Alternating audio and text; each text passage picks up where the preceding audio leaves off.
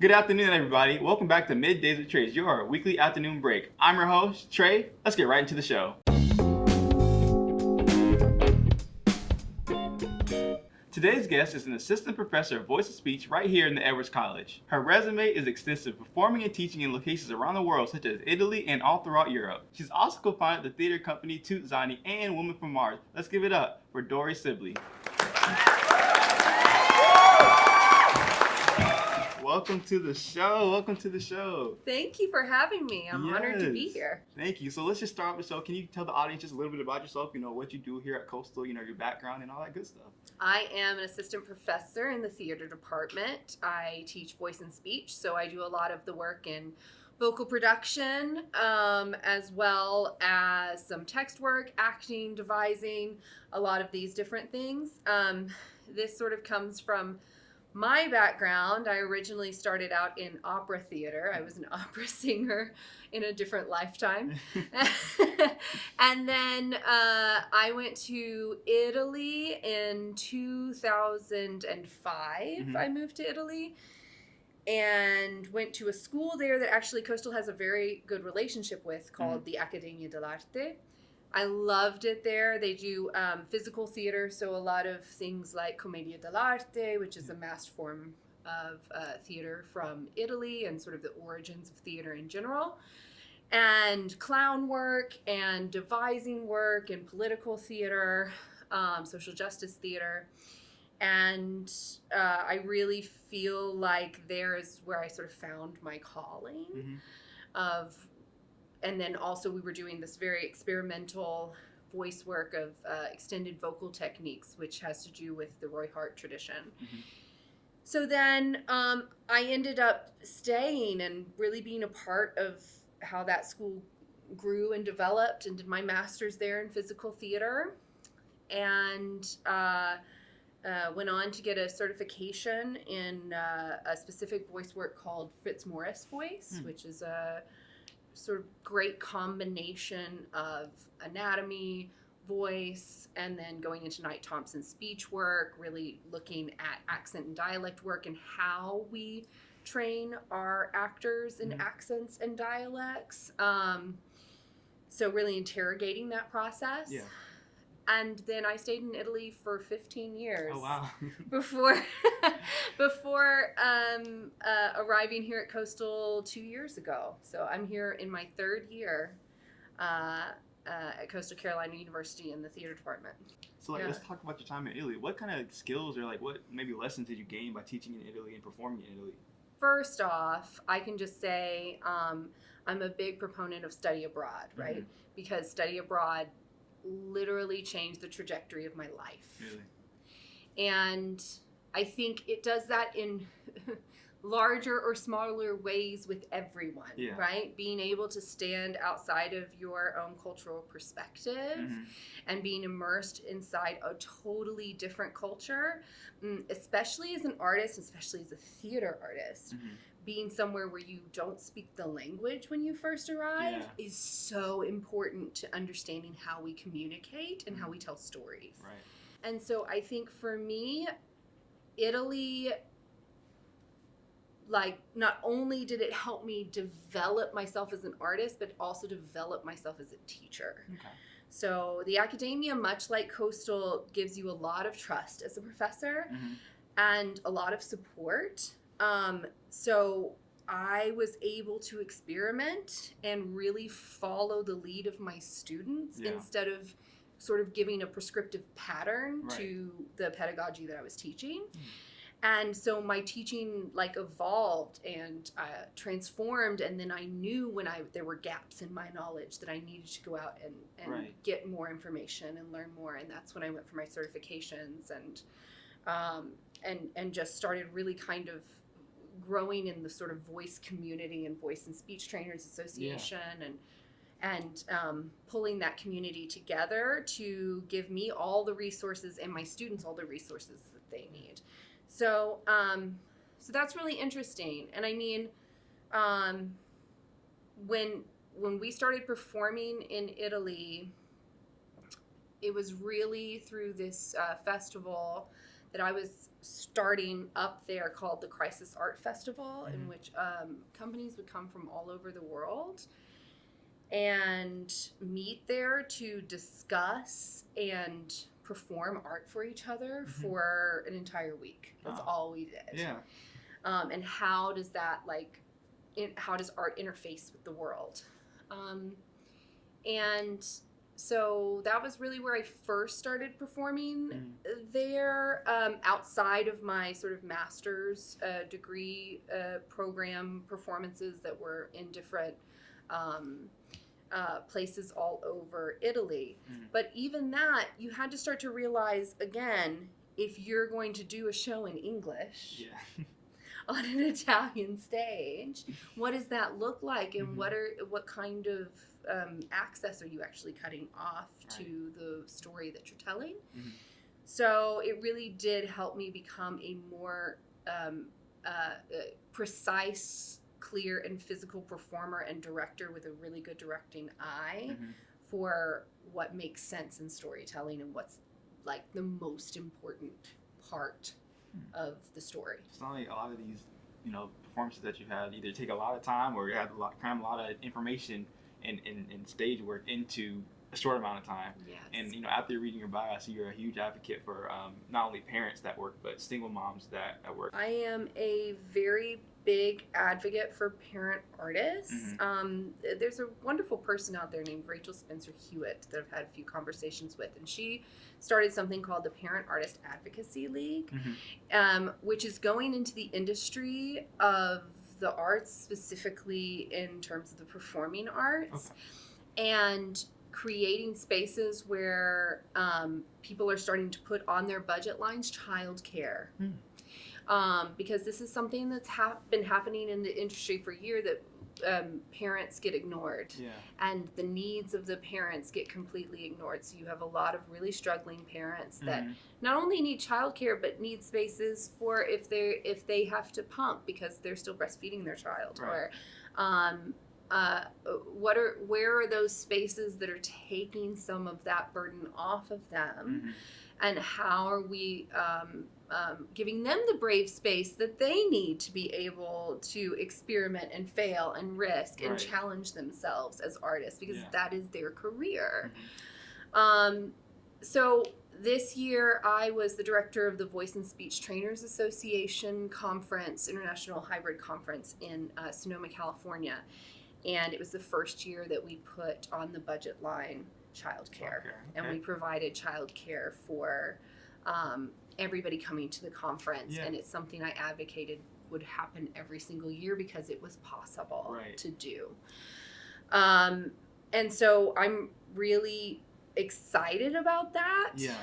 Because I think not only in our theater spaces, but also in our learning spaces. So conferences is some place where we really come together as a community, and we're really learning. And so how are we shutting off that access from caregivers?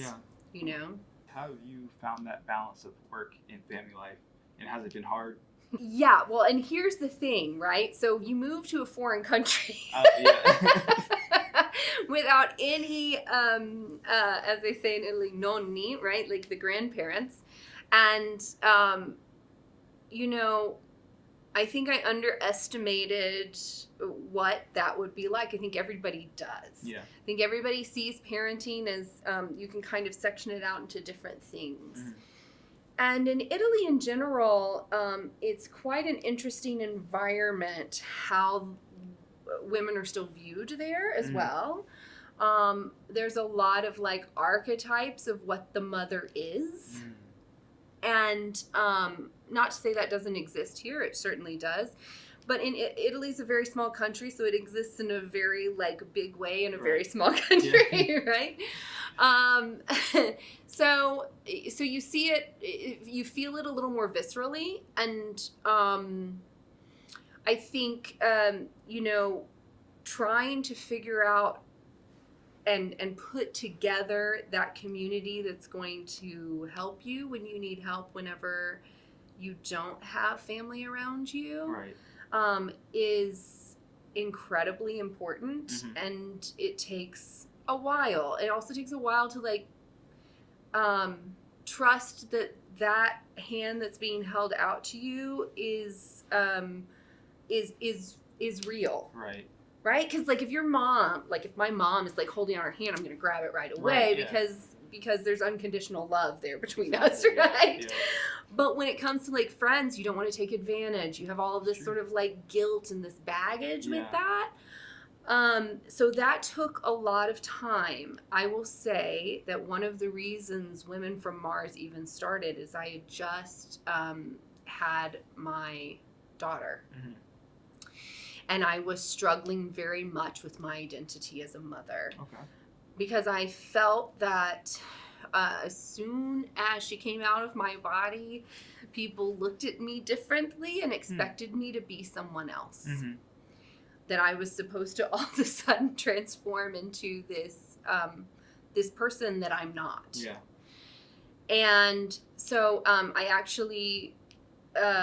when Echo and Francesca and I got together and started talking about Women from Mars, we were talking about sort of the archetypes of women. We were really specifically originally talking about like divas and and old, black and white movies and things. And I wanted to do a piece that was exploring what it was to balance with motherhood. Mm-hmm. And I also kind of looked at it from my own perspective, which was like the fear and guilt and a lot of like shame about being a working mother. Mm-hmm. Especially an artist mother, because not only am I working a full-time job, but I'm working like 3 full-time jobs, right? And so working through that and continuing to like make myself who I wanted to be as an artist, because I don't think as an artist you're ever fully formed. You're always like changing and developing. So my archetype character is the mother in the piece, and Francesca took on the child, and and Echo took on the lover, or we talk about like these 3 stages of women. They're not the only stages, but these were the stages we were feeling at the time. Right. And I really think that piece and performing it sort of over and over again, because we had to perform it a lot and we did a few tours throughout those few years, really healed a lot of that pain I was feeling. Yeah. And it was a moment in which I used my art specifically for my own healing, and yet at the same time was saying things that were universal, that were happening everywhere, to caregivers. Mm-hmm. One of the things, I graduated in 2021. One of the things I've learned very quickly as becoming an adult is you have to make time for the important things. And in college, you had your class or whatever, but you also had your time to party, or you had your time to do whatever. But as your adult, you have to say like, okay, well, prioritize. What do I care about now that can either better my future, better my family's future? So it's something like I'm learning about right now. I don't have any kids or anything like that, but I'm starting to see like put those things connections together. Like my parents were saying, like it makes sense now that I'm getting older, and just saying like I do have to prioritize what I want to do, or and where I want to be in life 5-10 years from now. No, and that's good. And it's good that you're learning that now, because I did not learn that then, and I did not set my boundaries well. And it's important to do that. Mm-hmm. It's important to carve out that time for yourself, for your priorities, for your family, for your own well-being as well. Right. Yeah. Well, before you go, we want to give you this birthday cupcake to celebrate your birthday. If you didn't catch it, it is Dory's birthday, and it's also Coastal's birthday, at the date of this time. So it's their birthday, so it was meant to be. But thank you so much for being on the show. I really appreciate it. Thank you, Trey. Thank you so much.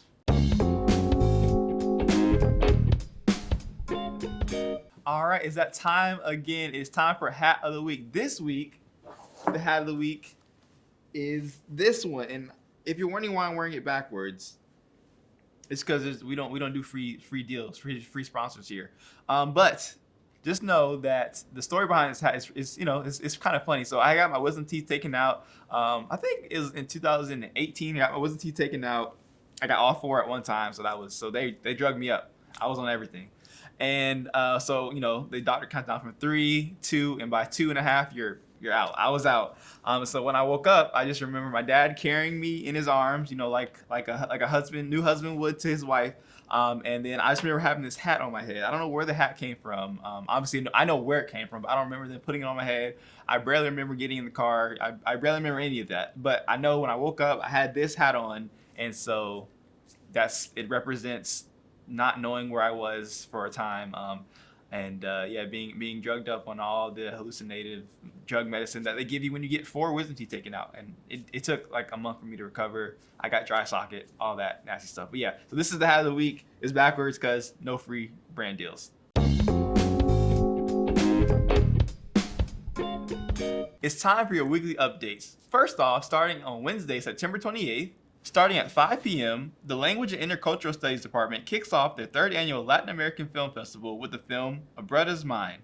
After the film, there will be a Q&A session with the director and an actor from the film. On Thursday, September 29th, starting at 7:30 p.m. in the Wilbur Auditorium, the Department of Music features Connecting the Chords, a concert of original songs performed by Andrew Fowler and Dan O'Reilly, lecturers in the Department of Music. Next, running from Monday, October 3rd to Tuesday, October 4th, starting at 4 and 7 p.m. in the Alfred Ballroom, the Department of History continues its Peace and Conflict lecture and film series with this 2-day conference analyzing the last 30 years of world history. Continuing with the Peace and Conference lecture and film series, on October 5th, starting at 4 p.m., the Department of History will show the 1992 Academy Award-winning film, The Last of the Mohicans. A lot of good events are coming up this week, but as always, we can't touch on them all, so make sure you follow the EHFA social media pages to stay up to date with all things Edwards. Alright, that'll wrap up this week's episode of Midday to Trade. I thank you so much for watching, and make sure you come back next week, same time, same place. Bye!